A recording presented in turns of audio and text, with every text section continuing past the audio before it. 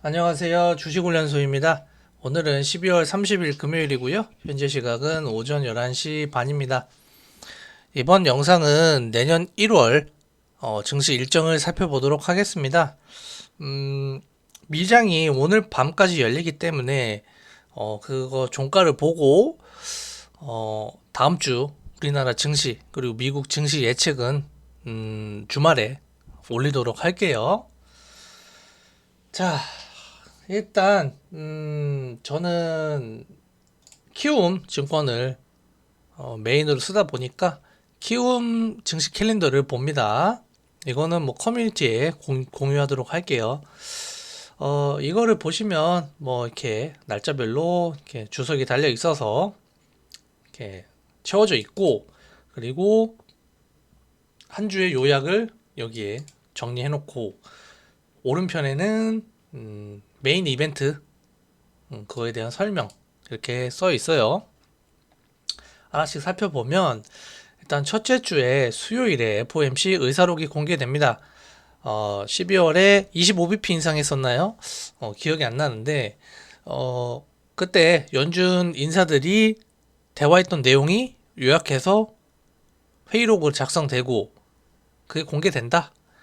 그럼 앞으로 어떤 금리라던가 금융 정책 예측할 수가 있겠죠. 그래서 뭐 이거를 직접 열람하실 필요는 없고 다 요약해서 이제 인터넷에 공유가 되니까 그거 보시고, 그리고 시장이 어떻게 움직이는지 반응을 보시면 될 것 같아요. 그리고 대응을 하면 되겠죠. 그리고 이제 목요일에 CES 2023이 개최가 된다고 합니다. 8일까지 이어지고요. 요거는 이제 뭐 전자 IT 쪽의 큰 행사죠. 연례 행사고 1년에 한 번 개최가 되고요. 그래서 요거를 뉴스를 봤는데 뭐 핵심 키워드는 초연결, 모빌리티, 메타버스, 친환경이라고 합니다. 그래서 173개국 3천여 기업이 기술 향연을 펼친다. 그래서 뭐 어떤 제품끼리의 연결, 그런 거 살펴보시면 될 것 같고, 뭐 전장 부품, 뭐 차량용 디스플레이, 그리고 뭐 AI, 그리고 자율주행 이런 것도 연결이 되겠죠. 그리고 친환경이 대세다. 뭐 ESG 얘기 나오면서 뭐 2차 전지라던가 충전기 이런 것까지 연결이 될 것 같아요. 그 다음에 메타버스 헬스케어, 여기도 연결이 된다. 이렇게 해서 뉴스가 있네요. 그래서 뭐 관련된 우리나라 기업들은 뭐 삼성전자, LG전자 메인으로 하고요. 그 다음에 이제 뭐 이노텍, LG 이노텍이라던가 이런 대형주들이 있고, 그 다음에 우리가 그런 애들을 지금 매매하기 상당히 어렵잖아요. 증시가 안 좋다 보니까. 그래서 어떻게 테마를 형성해서 오르는 대장주들이 뭐가 있었나 하면 뭐 나무가가 뭐 좋았죠. 올해 하반기 증시 흐름이 좋았다. 얘 같은 경우에는 어 그 카메라 모듈, 삼성전자향 매출이 대부분이고요. 카메라 모듈을 만드는 회사인데 얘가 기관이 올해 많이 올려줬어요.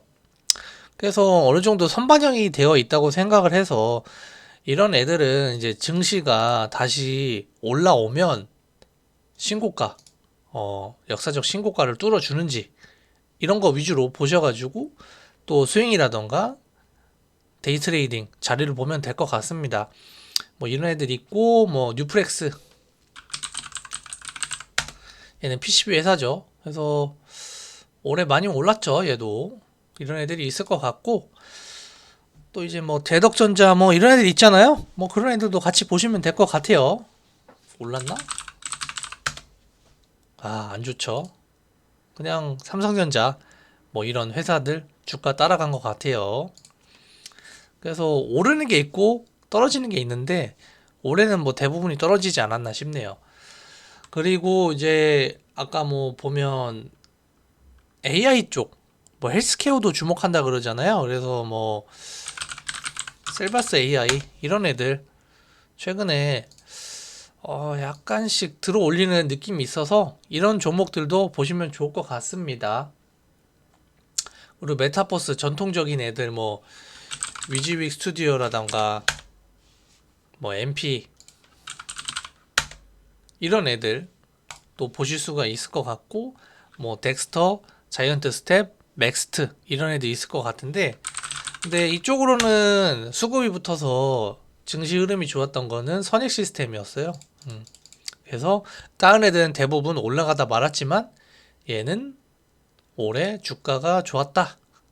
이런 애들 일단 중심으로, 얘네들이 대장이니까 이런 애들 중심으로 시장이 좋아지면 또 매매를 할 수 있겠구나 이렇게 보시면 되겠죠. 자, 그렇게 해서 뭐 CES는 넘어가도록 하겠습니다. 어쨌거나 뭐 나무가랑 뉴프렉스 보시다시피 어떤 소프트웨어 쪽보다는 하드웨어 쪽이 좋았다. 이렇게 요약할 수 있을 것 같아요. 자, 그 다음에 금요일에 고용보고서가 있어요. 그래서 이날 비농, 고용지표, 실업률, 임금 상승률 이런 것들이 보여지는데 또 변동성이 일어날 수 있겠죠. 그래서 지표를 보시고 또 대응을 준비하셔야 된다. 이렇게 보시면 될 것 같습니다. 뭐 연준에서 뭐 맨날 얘기하는 거 있잖아요. 뭐 고용이 가장 중요하다. 고용을 가장 주목하고 있다. 뭐 고용 지표가 좀 꺾이는 게 보여야 연준의 이러한 금리 인상 스탠스가 좀 누그러질 수가 있겠죠. 자, 그렇게 해서 보면 되고, 그 다음에 이제 2주차로 넘어가면 JP모건 헬스케어가 있습니다. 자, 이날 시작을 하네요. 시작일이 언제야? 자, 9일날 시작이 돼서, 이건 짝짝이 돼 있지? 내가 그런 거구나. 9일날 시작을 해서 12일까지 이어진다고 합니다. 얘 같은 경우에는 이미 많은 종목들이 좀 선반영이 되어 있을 수가 있는데, 일단 뭐 뉴스를 한번 보시면, 삼바, 로빠, SD바이오 센서가 초청이 됐다. 그래서 여기, 어,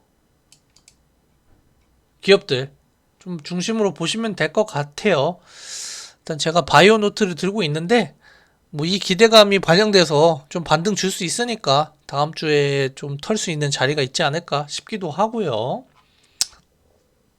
그래서 이거는 글로벌 제약사들이 다 참가를 하고요. 거기서 뭐 M&A라던가 기술 이전이라던가 이런 것들이 많이 이루어집니다.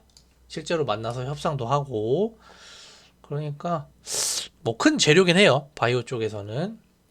근데 이것도 역시나 이 당일이 되면 재료 소멸로 시세가 다 빠질 가능성이 있으니까 첫째 주 정도에서 매매를 하는 게 좋겠죠. 2주 차이는 재료 소멸에 우려가 있다. 이렇게 보시면 될 것 같습니다. 그래서 뭐 이런 애들 뭐가 있을까? 뭐 여기에 좀 작은 기업들 뭐가 있지? 뭐 티움바이오 이런 거 볼까요? 티움바이오. 최근에 약간 올랐고, 그다음에 한미약품. 한미약품이 좀 좋았네요. 그리고 매드텍토. 얘는 별거 없고. 차바이오텍. ABL 바이오. 한미약품 ABL 바이오. 이런 애들이 좀 괜찮았네요. 자, 그래서 뉴스 보시고 종목 정리하시면 될 것 같습니다. 자, 다음에 볼 거는 이제 CPI가 목요일에 있어요. 자, CPI 소비자 물가지수 또 역시나 인플레 연결돼가지고 또 변동성 만들어낼 수가 있겠죠. 그래서 또 이날 조심하시고요. 그리고 우리나라는 옵션 만기가 있죠. 그래서 이 외국인들이 이제 다음 주 거래하면서 이제 지수의 방향을 결정 지을 텐데 이날에 맞춰서 세팅을 해 놓겠죠. 그래서 상방이냐 하방이냐 이날 결제가 다 되면서 이제 마무리되는 거니까 이날 전까지 올라준다 그러면은 조금씩 팔아주고, 또 이날 전후로 해서 그냥 훅 또 시장이 빠질 수도 있거든요. 그래서 올려주면 좀 팔고, 다음 주부터 막 내리꽂는다. 아, 그러면 이 목요일 날 옵션 만기 때문에 화방으로 완전 할 수도 있다. 그러면은 좀 도망가면서 최대한 이 이후에 뭐 매수를 잡는다거나 그렇게 좀 대응을 해주면 좋을 것 같아요. 자, 그렇게 됐고, 그 다음에 이제 어 중요한 거는 금통위 금요일 날 우리나라 또 금통위가 있어가지고 이날 또 금리 결정을 하겠죠. 어 그래가지고 몇 프로 오르려나 좀 보면 될 것 같고, 또 이날 또 전후로 해서 또 있잖아요. 뭐 제주은행, SCI 평가정보 이런 애들 보시고, 뭐 양지사, 뭐 삼총사들 있죠. 뭐 이런 애들 보시면 될 것 같아요. 그리고 뭐 푸른저축은행, 뭐 고려신용정보 이런 종목들 있죠. 그래서 해치 테마 이렇게 좀 보시면 될 것 같습니다. 자, 그리고 다음에는 그 다음 주로 넘어가서 다보스 포럼은 뭐냐 넘어가고, BOJ 일본 은행이죠. 여기가 또 통화정책 회의가 있습니다. 자, 최근에 금리 상한을 올렸어요, 일본이. 그 다음에 이후 움직임 또 여기서 또 나올 수가 있겠죠. 그래가지고 지금 뭐 일본 좀 환율을 좀 볼까요? 자, USD, 엔화 이걸 보시면 어 일본에 진짜 아베노믹스 해가지고 얘들이 그 엔저 그거를 추구를 했잖아요. 그쵸? 엔저를 추구를 했었는데 지금 엔화가, 그러니까 지금 1달러당 132엔인 거예요. 그러니까 이게 떨어진다. 그러면은 뭐겠습니까? 엔화가 가치가 오르는 거고요. 이게 올라간다 그러면 엔화 가치가 떨어지는 거예요. 최근에 계속 엔저 현상이 있었죠. 뭐 일본이 뭐 저금리를 계속 유지하겠다는 하니까 다른 나라 전 세계 국가가 금리를 올리는데, 심지어 미국이 올리고 있는데도, 그래서 엔화가 계속 빠졌어요. 이 구간에서 계속 빠졌단 말이죠.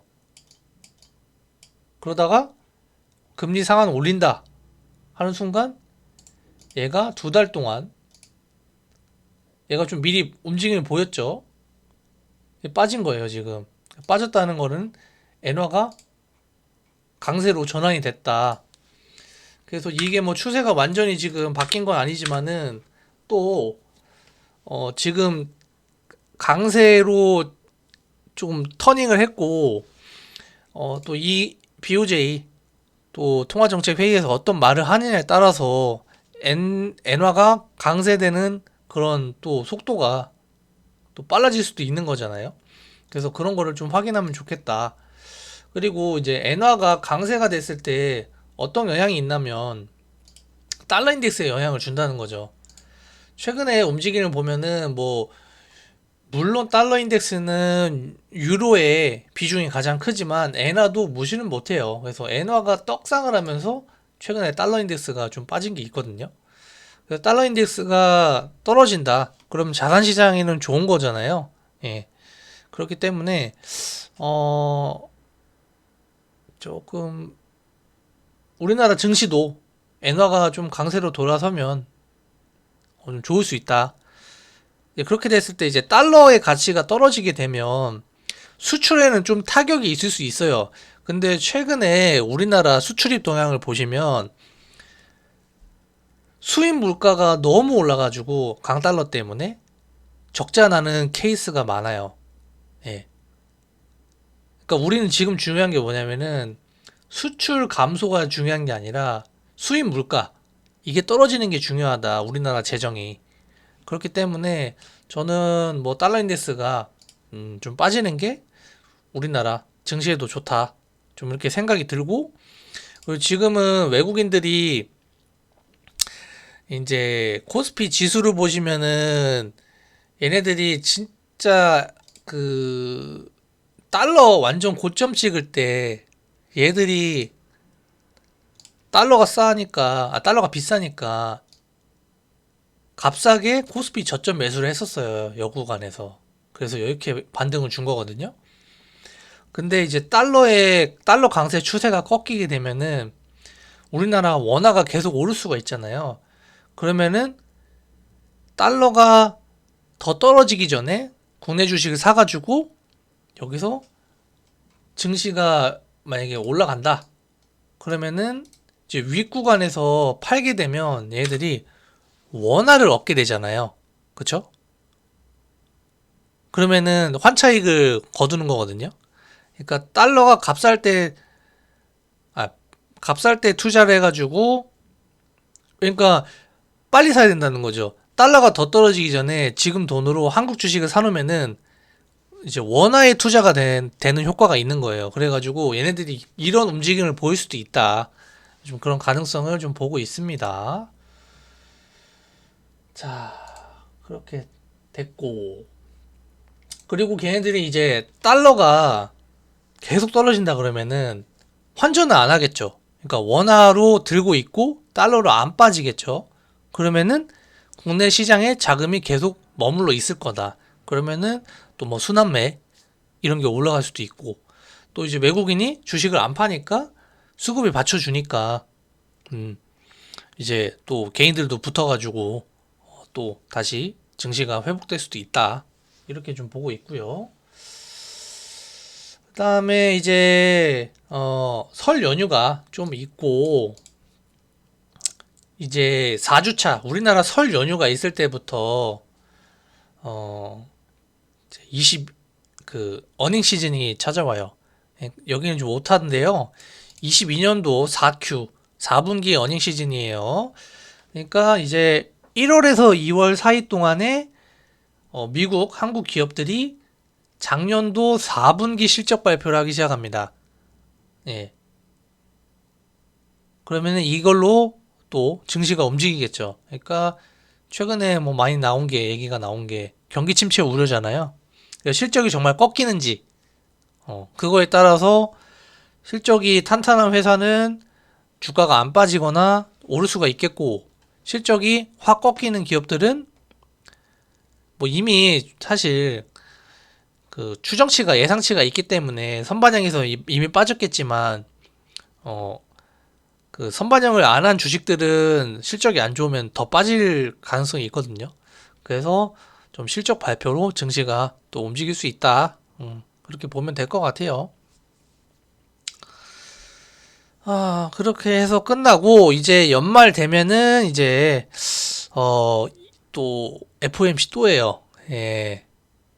그래서 연말부터 2월 초까지 또 FOMC 진행하거든요. 또 거기서 또 여기서 막 FOMC 앞두고 또 지수가 한번 빠지거나 막 주식들 투매가 나올 수도 있다. 좀 그렇게 보여지네요. 자, 그래서 증시 일정을 살펴봤고 이게 장이 좋을 때는 이런 거 진짜 신경 안 썼죠. 근데 신경을 쓰기 시작하면서 더 피곤합니다. 왜냐면요. 이런 경제 이벤트는 원래 매주 있었어요. 근데 이걸 이제 따지기 시작하니까 그냥 매주 피곤한 거예요, 그냥. 다음 주는 이거 있대. 다다음 주는 이거 있대. 근데 이게 안 끝나요. 이걸 따지기 시작하면. 원래 연중 행사로 맨날 있는 건데. 그러니까 이게 정말 이제 피곤하네요.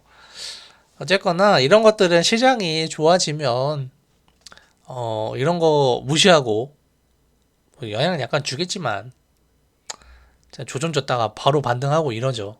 근데 지금은 반등을 주려고 하다가도 이런 거 우려가 있어가지고 바로 빠진다거나 반등도 안 주고 횡보하다가 빠지고 이게 반복되니까 참 어려운 것 같습니다.